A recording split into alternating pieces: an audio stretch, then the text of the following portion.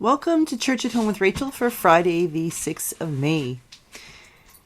I hope that you're ready to have a great weekend, and I hope this first week of May has been really good for you. Today I am intentionally wearing my collar again because I want to talk about something that I find kind of interesting and kind of confusing and at the same time not surprising.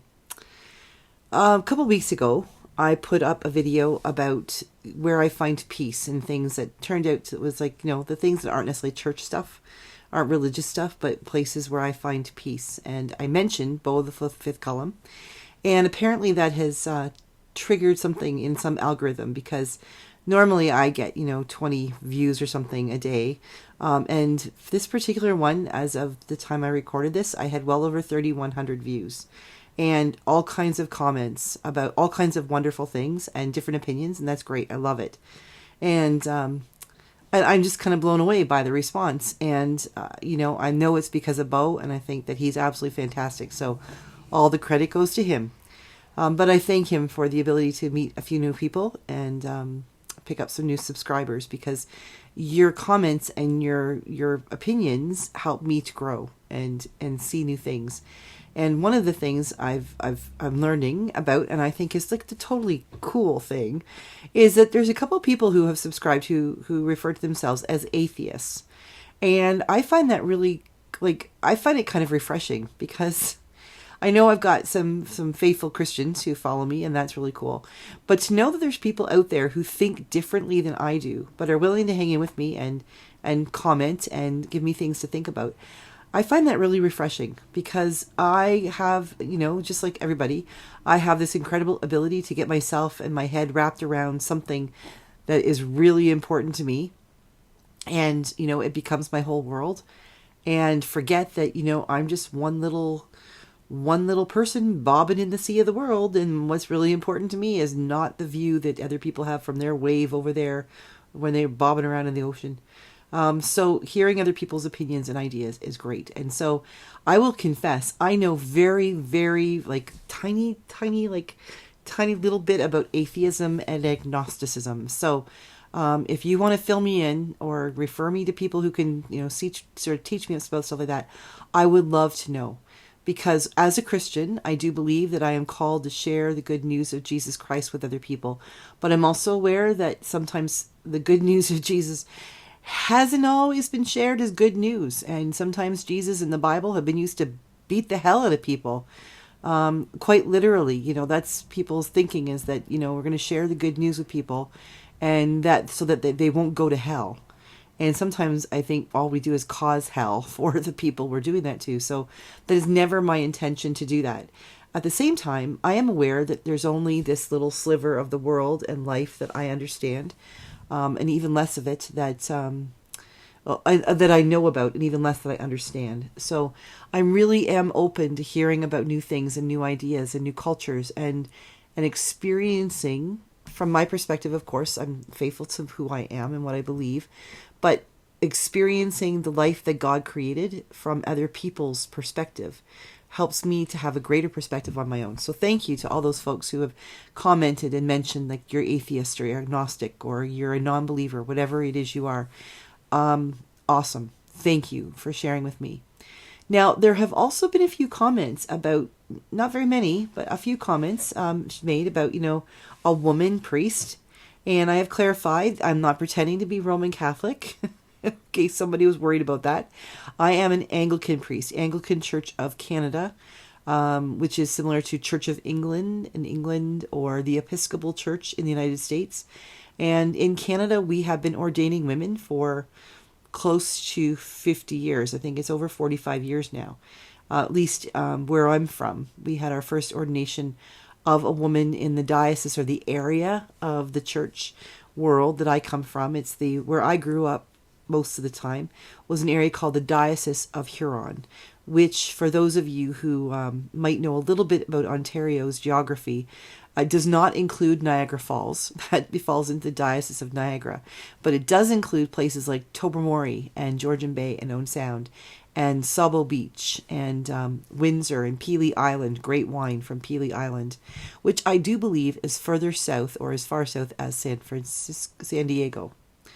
or San Francisco, one or the other. Like everybody thinks Canada is way up north and we all bundle up all year. Well, there are parts of Canada that are further south than parts of the States. So that's where I come from. That's the Anglican priest in me. That's my background.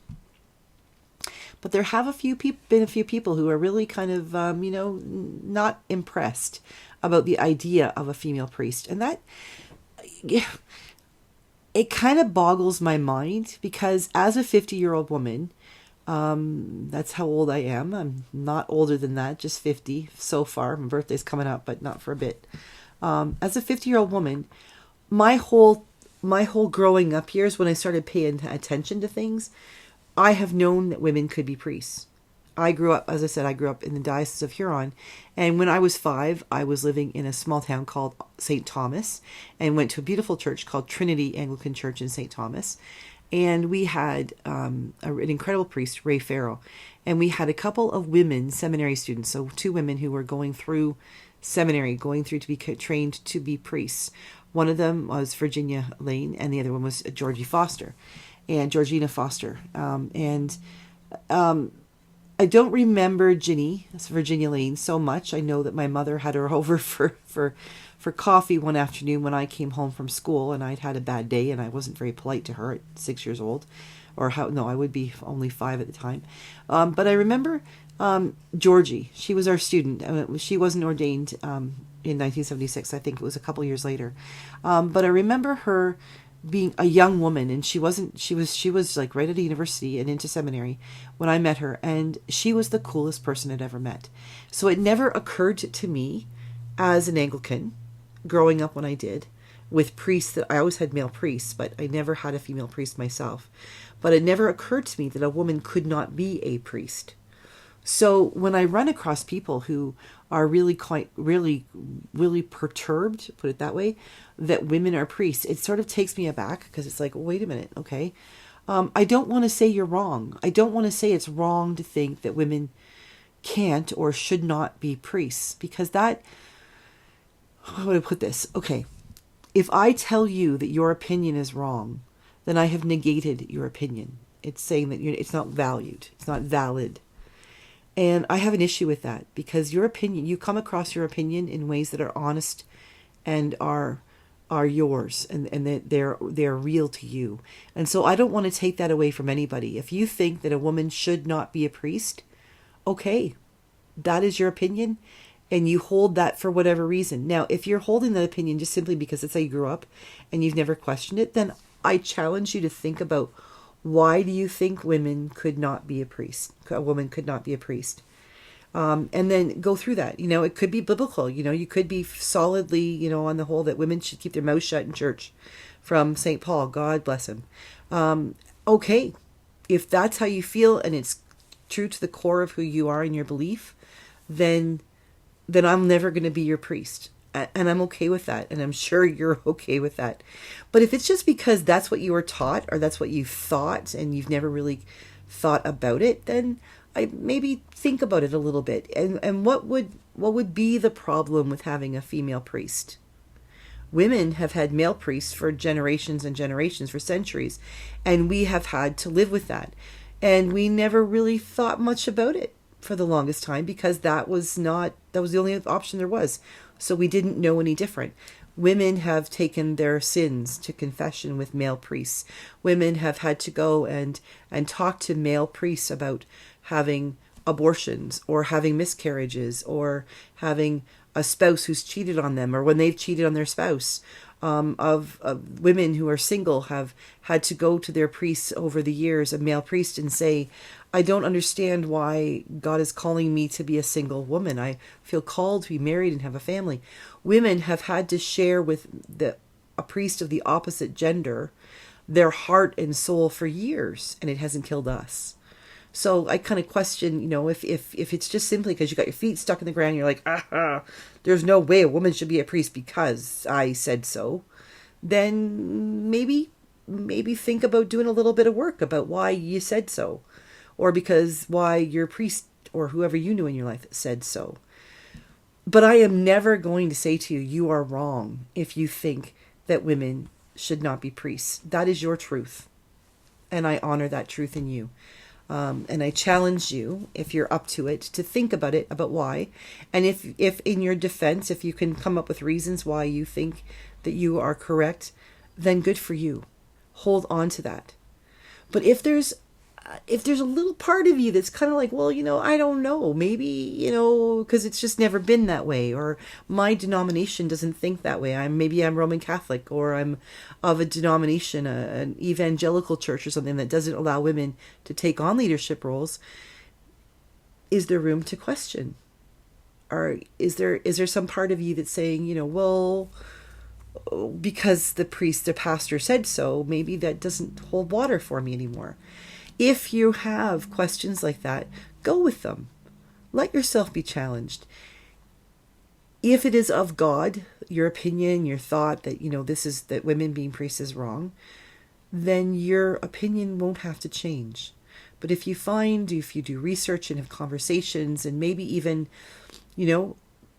email me or call me up and have a conversation with me, or do some back and forth on YouTube comments and find that maybe I'm not that offensive, or maybe women aren't that bad, and maybe God could use women in ministry, maybe that's a place God is calling you to go, but maybe not.